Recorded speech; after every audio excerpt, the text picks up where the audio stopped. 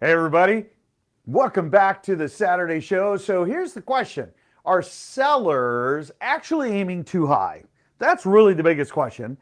Or I guess as it should be, are buyers actually missing a absolutely amazing opportunity? Well, we're going to go through that. We're going to go over the metrics. We're going to miss one today. My friends over at Trend Graphics, well, they're having a little computer issue today. So there's one metric we won't have, but it's not going to stifle our presentation because we're going to give you everything you need to do to make sure that you make a really good business decision. Now, again, make sure you subscribe. This is free. We've got some really great videos. In fact, I was meeting with Clint with Pure, gosh, I keep calling him Pure Air. That's not it. It is absolutely going to be a super cool video. It's getting ready to be published. They're just putting the finishing touches on it. And it talks about mold in your house and how to remediate it and what to do. And Clint walks you through. It's super awesome. Plus, yes, believe it or not, we tracked down Jim Tripple. Yeah, I know.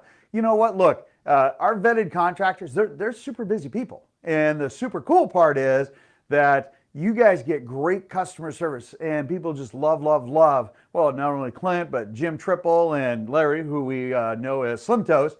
And we actually tracked him down at a client's house because I knew where he was going to be. And I just showed up and poof, we did a video. In fact, we did a video on understanding hot water tanks and what you need to do, and then your furnace and what you need to do there. With that, we're going to be moving on to with John Kapler doing, with architectural work and designing if you're going to build your own home. Plus, continuing with the inspection process. We're going to do some videos for you as a prospective buyer or as a seller looking to go on market, help you with some, basically what to look for, okay? In other words, 11 inspection traps you should avoid, which is one of our reports. And we'll go through that. Now, you might remember I do build homes. I have built homes for 27 some odd years, piggybacking, part of that during the time when I was a career firefighter. So there was a lot of benefit because I needed to learn building construction. That was part of what came out of that. Anyway, make sure that you're watching that. Subscribe to the channel so that you can, you'll be alerted of these when they come up. And they're fun. We do have a lot of fun with these, or at least I do, at others' expense. Let's get the show on the road. Look at this number, 102% more homes available today than there was last year. Okay, so understand last year we had 0.5 months of inventory. We're at like 1.3 months of inventory.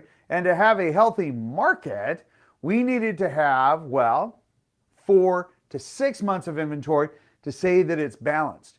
Now, there's a lot of folks out there saying, oh my gosh, George, did you see what Redfin posted? Oh my gosh. They said, listen, Seattle had price reductions, 46.3% of the homes had a price reduction. I'm like, oh, okay. And they said, Tacoma, 49.5. Oh, okay. Now, that's a lot. Well, let me ask you a question. If Seattle on average has a price reduction of 34.4% of their homes, does 46.3 really sound like that big of a number? I mean, really at the end of the day, we're talking about 12% more. I mean, 12% seems like a big number, but when we have small numbers to work with, it's really not that big of a number, right? Here's an example. Look at this. We're down 30% for sales for the month of July between what happened in 2021 versus 2022. That's only 1,300 homes. That is the entire Northwest MLS.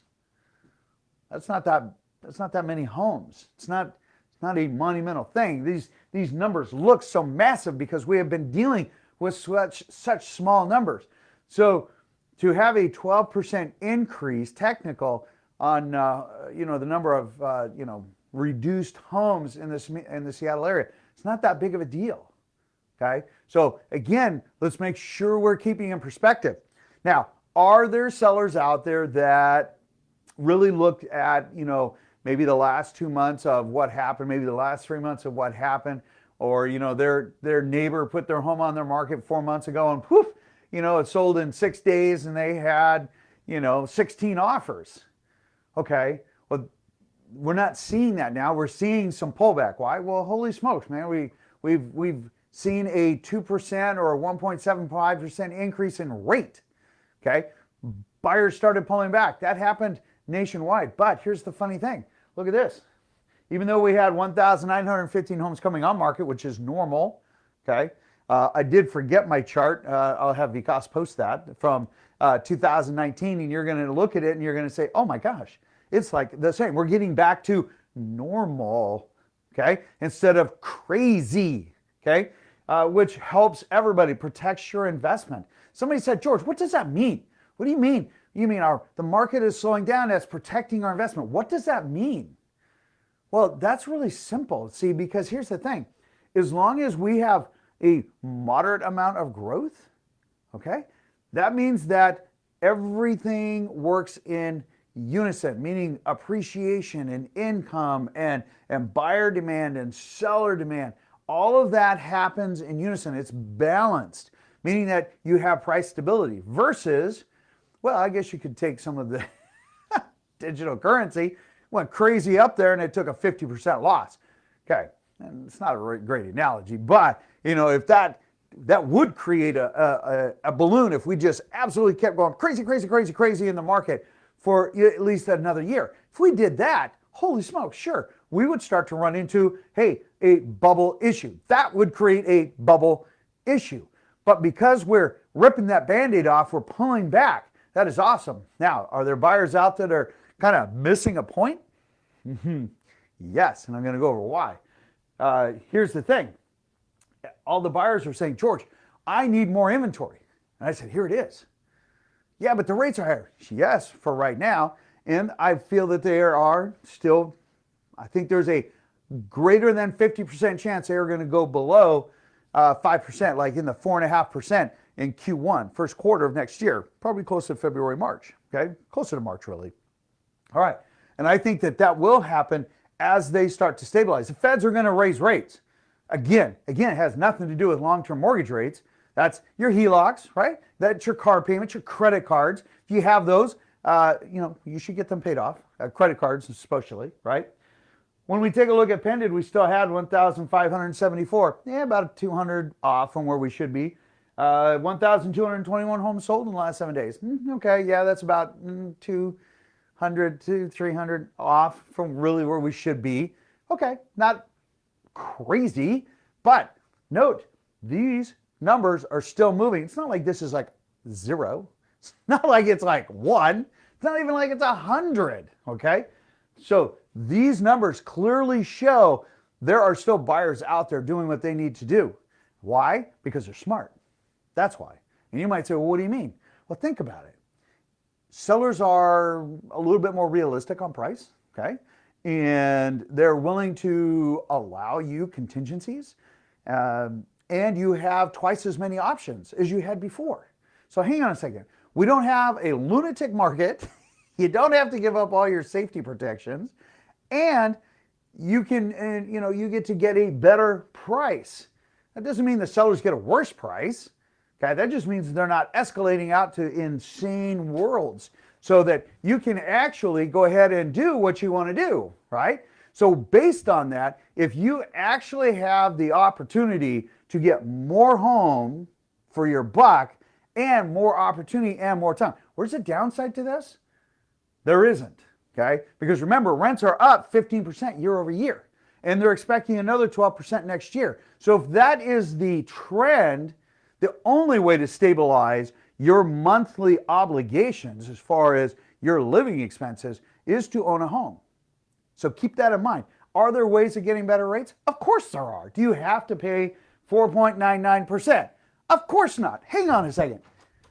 Dan Golden, can somebody get a better rate than 4.99%? Yes.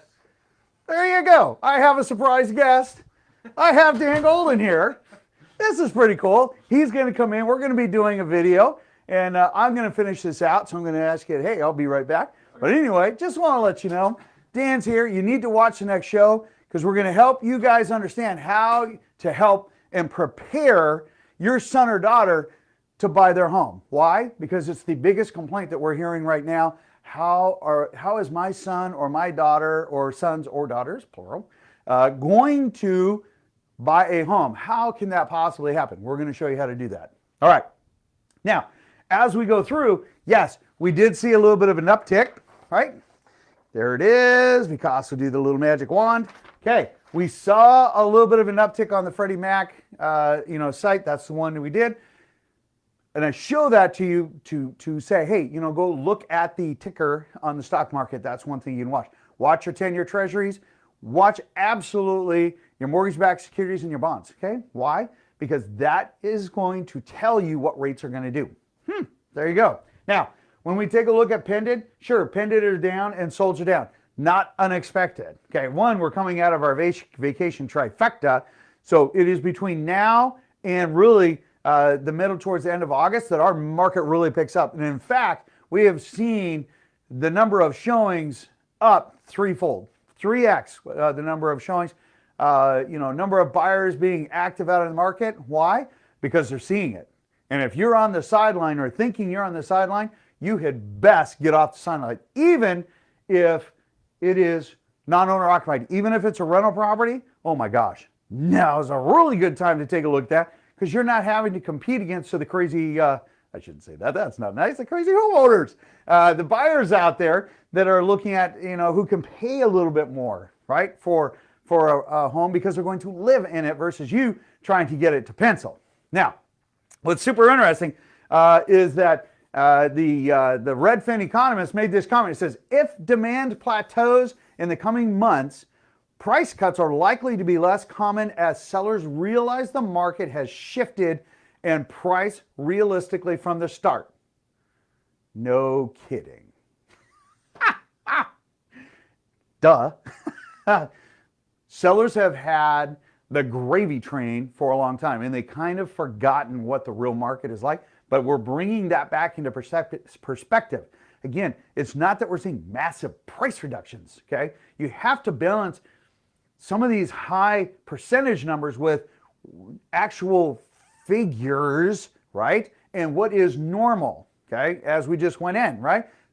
Seattle, hey, normally it's down, they do price reductions, at 34.4% of the homes did a price reduction. However, it's at 46.3. It's a tick up, yes, but it's not like this, oh my gosh, it went from 0 to 46%. That is not what happened.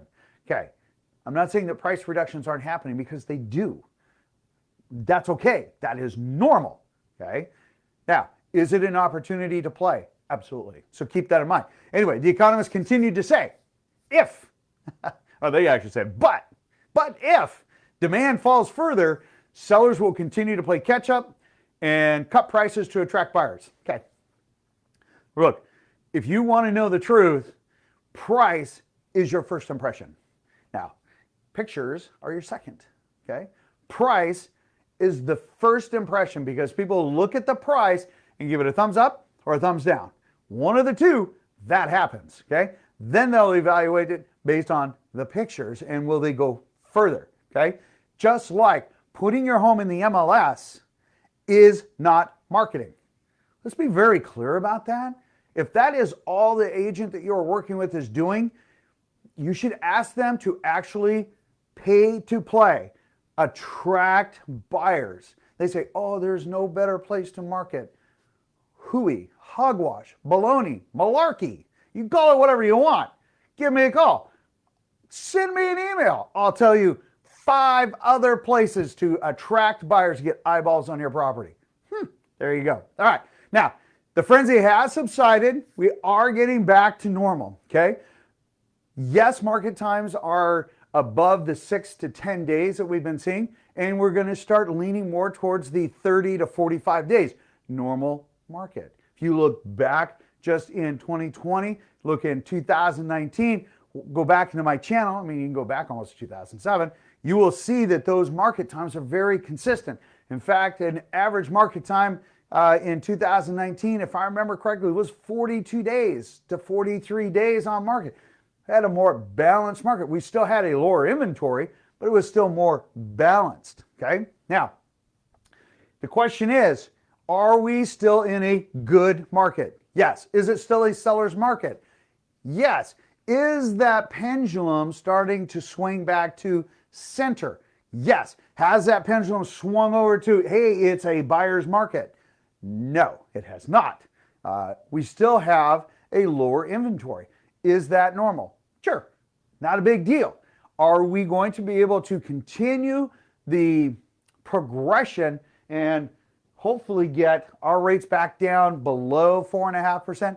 Highly probable. Yeah, we'll talk about that on a later video in more detail. In the meantime, if you guys have any questions, hey, post them. Make sure you subscribe because, hey, this is free. It helps the analytics so people who are looking at making a good business decision for their family, they get that. All right? And so let's share and share alike. There we go. In the meantime, it's a little cloudy today. It's a little cooler. Actually kind of a reprieve. I'll see you guys on the next video and you take care. But make sure you watch the video then that's coming up in how to help your son or daughter prepare to buy a home in today's market. I'll catch you on the next video. Take care.